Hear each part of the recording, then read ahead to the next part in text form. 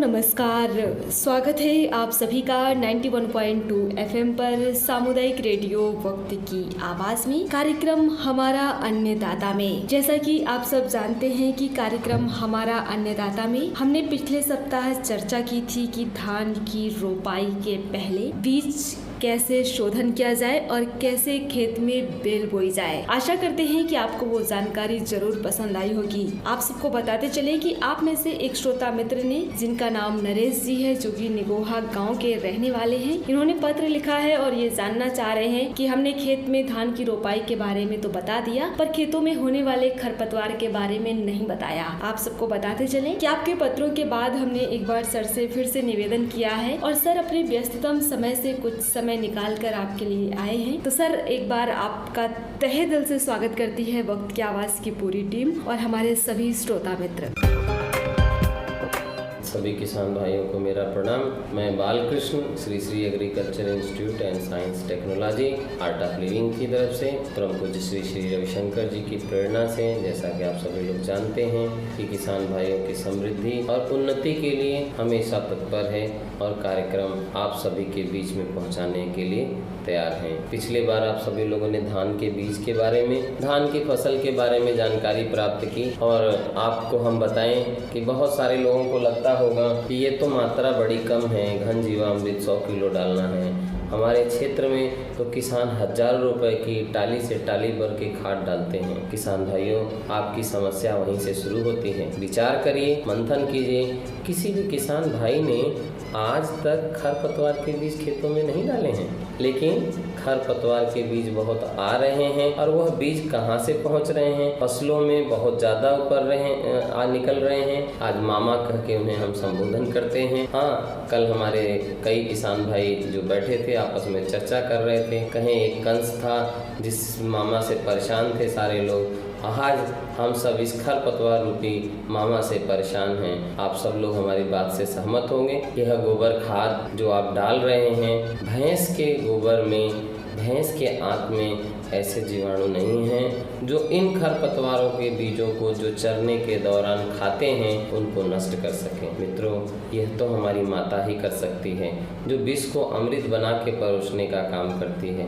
अब खुद कष्ट उठाती है, बच्चों को खुशहाल रखती है। उसी तरह से देसी गाय, जिन्हें हम गाय कहते हैं, जो गौ माता है हमारी, उनके आंत में ऐसे जीवाणु पाए जाते हैं जो किसी भी तरह से हानि पहुंचाने वाले खरपतवार के जो बीज हैं उन बीजों को नष्ट करते हैं।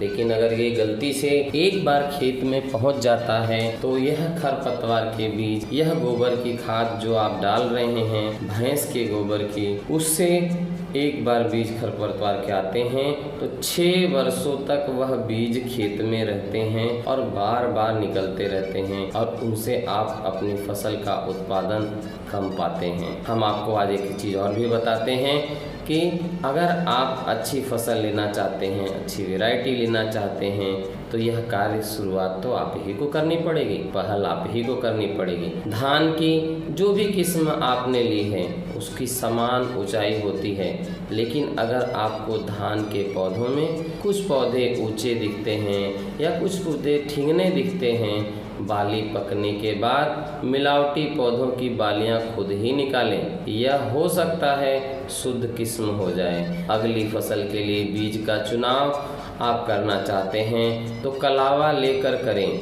9 इंच के टुकड़े बनाएं। जब दाने दूध वाली अवस्था में होते हैं उस समय या उसके बाद हर दिन फसल में जाके घूमें। घूमते घूमते समय वह बलवान है जिस पौधे में आप देखें कि जो पौधा आपको तंदुरुस्त लगता है, जिस पौधे में ज़्यादा कल्ले हैं, बाली का आकार बड़ा हो, बाली में सबसे अधिक दाने हों, भरा हुआ लगे, उस पौधे को कोई बीमारी नहीं लगी है, उसका आकार बड़ा है, फल बढ़िया है, उस पौधे पर वह धागे को बांध दें। कटाई के समय आप सबसे पहले उन्हीं पौधों को लें, उन्हीं पौधों की कटाई करें जिसमें आपने वह धागा बांधा था। उस पौधे की बालियों को खुद ही तोड़ें, किसी भी अपने कारीगर को या अपने लेबर को यह काम की जिम्मेदारी ना दें, क्योंकि यह अति उत्तम और अति ही विश्वसनीय आप एक नई वैरायटी का जन्म देने जा रहे हैं। इसके माध्यम से आपके नाम से भी तैयार की जा सकती है वैरायटी, अगर 6 से 7 साल लगातार इस प्रक्रिया को आप अपनाते हैं।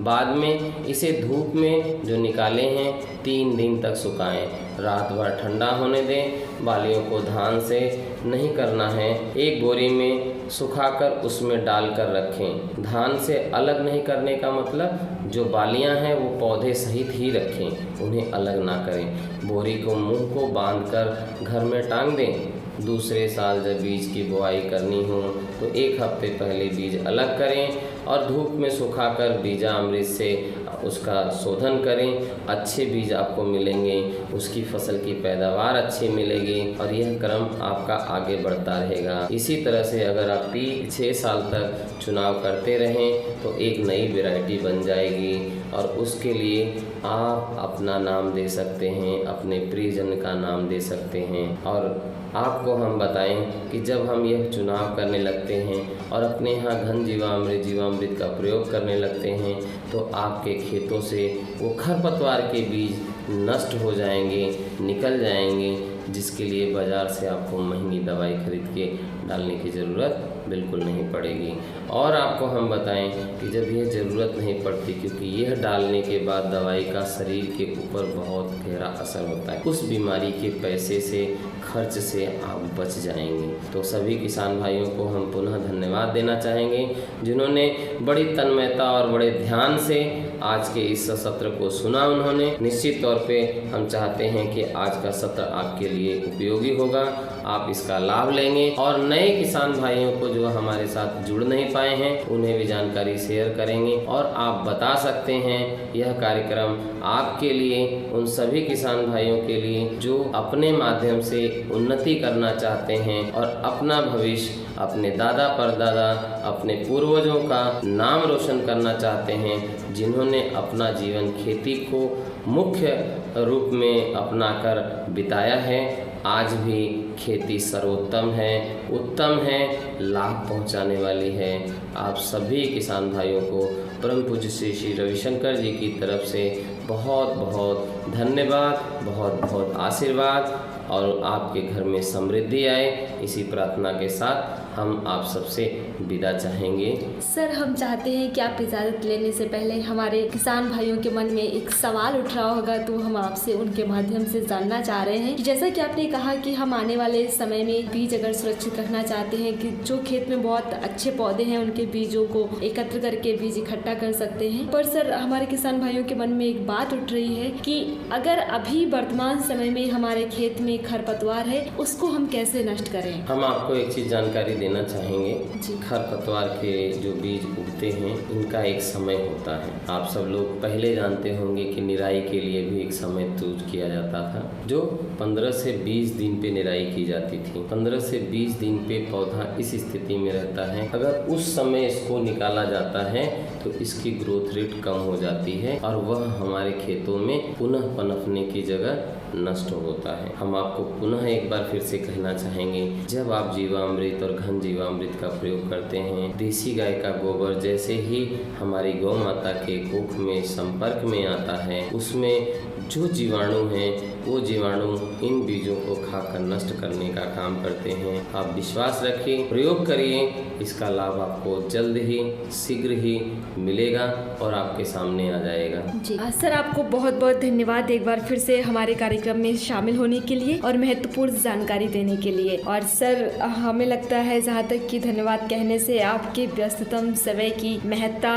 खत्म नहीं हो जाएगी। शायद आप पिछले कई महीनों से लगातार अपना कीमती कीमती समय निकाल रहे हैं और हमारे किसान भाइयों को एक महत्वपूर्ण विषय पर, जो कि उनकी जिंदगी का एक महत्वपूर्ण अंग है, जिससे कि उनका जीविकोपार्जन चलता है, उस पर जानकारी दे रहे हैं। उम्मीद करते हैं सर कि आप वक्त की आवाज के इस कार्यक्रम यानी हमारा अन्नदाता का आने वाले दिनों में ऐसा ही सपोर्ट करते रहेंगे। आप सभी को बहुत बहुत धन्यवाद। और निश्चित तौर पे हम किसान भाइयों की रुचि को देखते हुए जरूर समय निकालेंगे और हम चाहेंगे कि आपके पत्र हमारे लिए बड़े प्रेरणाप्रद होते हैं। आपका उत्साह हमारे लिए बहुत ही मार्गदर्शक होता है और वो हमें प्राप्त होता रहेगा। और हम जितना ज़्यादा से ज़्यादा समय निकाल सकते हैं, हम आपके लिए ऐसा भी कर सकते हैं। जो किसान भाई इस मॉडल को जो सुने हैं, इस मॉडल का प्रयोग करते हैं और पूरी तरह से इस विधि का पालन करते हैं, तो उनके लिए प्रशिक्षण सत्र भी आपके क्षेत्रों में आयोजित किए जा सकते हैं। और आप और ज़्यादा अगर चाहते हैं कि हम आपके इस कार्यक्रम के माध्यम से आपसे संपर्क करें, आप जुड़ना चाहते हैं, आपके गांव में आएँ, तो उसके लिए हम चाहेंगे कि लगातार आप इस कार्यक्रम से बने रहें, अपने पत्रों को भेजते रहें और आप जुड़े रहेंगे तो निश्चित ही एक ऐसा समय होगा जिस समय हमारी आपकी डायरेक्ट मुलाकात भी हो सकती। जी किसान भाइयों, अब तो आप सबके चेहरे खिल उठे होंगे ना, और आप सब सोच रहे होंगे कि आखिर वो कौन सा खास दिन होगा जब आपकी सीधे बातचीत हो पाएगी, और वो खास कौन सा पल होगा, कौन सा समय होगा जब आपके गाँव में सर अपनी मौजूदगी दर्ज कराएंगे। कहते भी है ना कि इंतजार का फल बहुत मीठा होता है, तो इस तरह आपको भी इंतजार करना पड़ेगा और उसके लिए पत्र लिखना होगा वक्त की आवाज के लिए, क्योंकि जब आप पत्र लिखेंगे इसके बाद हम सर से निवेदन करेंगे और इसके बाद कहीं सर समय निकालेंगे आपके गाँव आने के लिए। उम्मीद करते हैं कि आप पत्र जरूर लिखेंगे अपने वही पुराने पते पर। पता वही है, सामुदायिक रेडियो वक्त की आवाज, बैरी दरियाओ 91.2 FM कानपुर देहात। तो इसी के साथ अब आप अपनी रेडियो दोस्त को इजाजत दीजिए, फिर मिलेंगे कार्यक्रम हमारा अन्नदाता में एक नई जानकारी के साथ। तब तक के लिए आप सभी को हमारा नमस्कार।